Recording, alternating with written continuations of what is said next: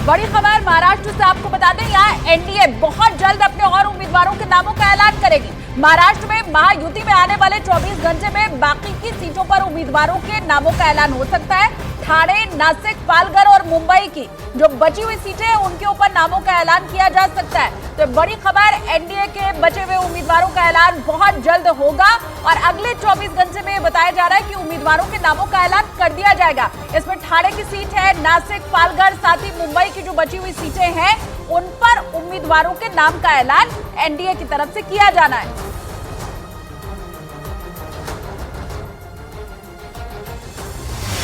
लोकसभा चुनाव की सबसे बड़ी कवरेज, सबसे बड़ा दंगल, सिर्फ न्यूज़ 18 इंडिया पर।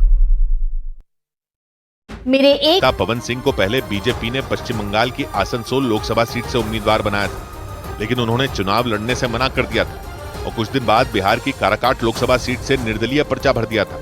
तब भी उन्होंने यही दलील दी थी कि उन्होंने अपनी मां को काराकाट से चुनाव लड़ने का वादा किया था, इसलिए वो काराकाट लोकसभा सीट से ही चुनावी मैदान में उतरेंगे।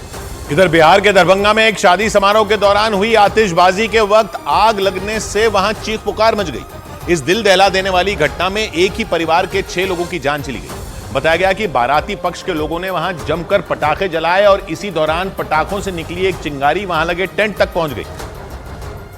और इसके बाद तो उस टेंट में भड़की आग इतनी भयंकर हो गई कि शादी के उस समारोह में रोना पीटना मच गया।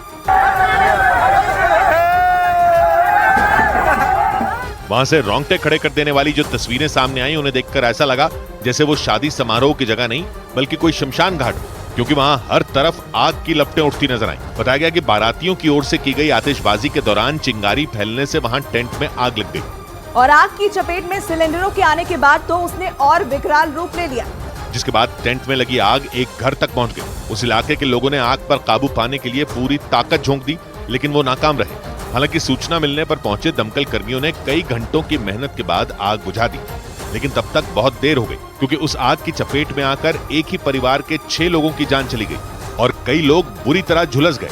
उन्हें इलाज के लिए अस्पताल में भर्ती करवा दिया गया, जबकि दरभंगा जिला प्रशासन ने इस मामले में जांच के आदेश दे दिए। इस बीच छात्रों की पाठ्य पुस्तकों पर दिल्ली हाईकोर्ट ने दिल्ली सरकार पर सख्त